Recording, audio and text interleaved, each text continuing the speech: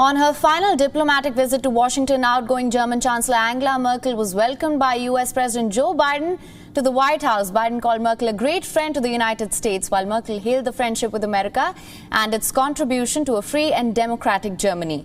The German leader, who is one of Europe's key political figures, has now dealt with 4 United States presidents. She steps down in September, but a deadly flooding back home cast a shadow on this visit.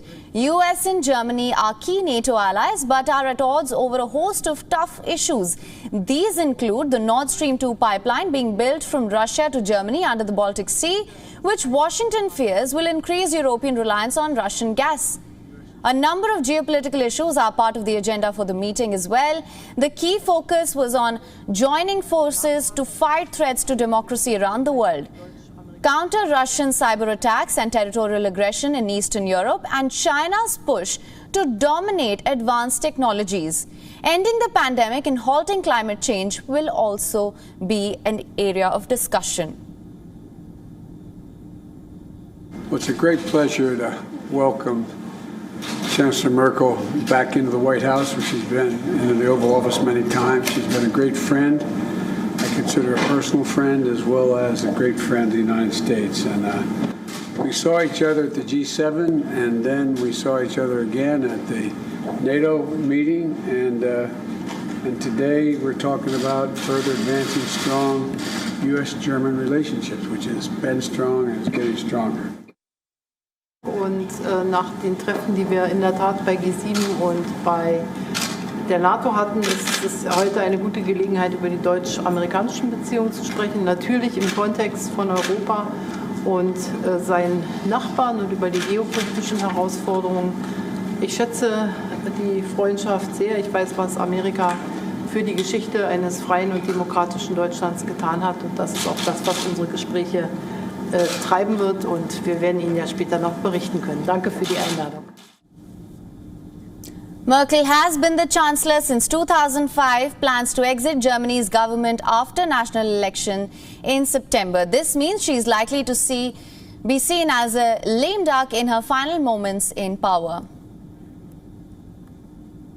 And for more on this, we are now being joined by WION correspondent Jagriti Dave from Washington, D.C. Jagriti, thank you for joining us. US and Germany are key NATO allies, but of course there are issues. They're at odds over a host of issues, that is the Nord Stream 2 pipeline. What can you tell us about some of the key areas of discussion and geopolitical issues at this meet?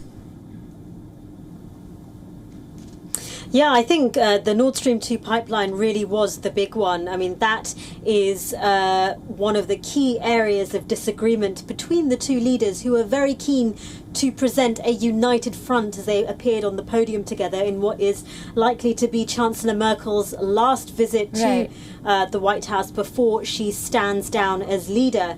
And so this issue of the gas pipeline, the reliance on Russia, which is clearly a point that Joe Biden has raised with Angela Merkel in that discussion that they had earlier in the day, which Joe Biden himself said that he had mentioned, he had reiterated his concerns about Nord Stream 2.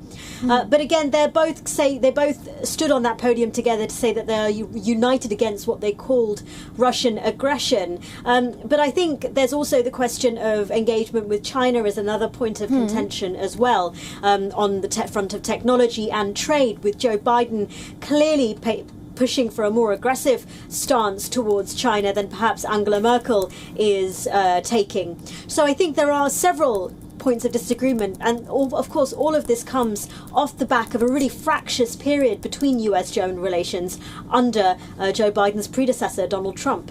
Right, Jagriti, like you mentioned, this is Chancellor Angela Merkel's last visit. How do you see the relationship between the two NATO allies evolving in the future?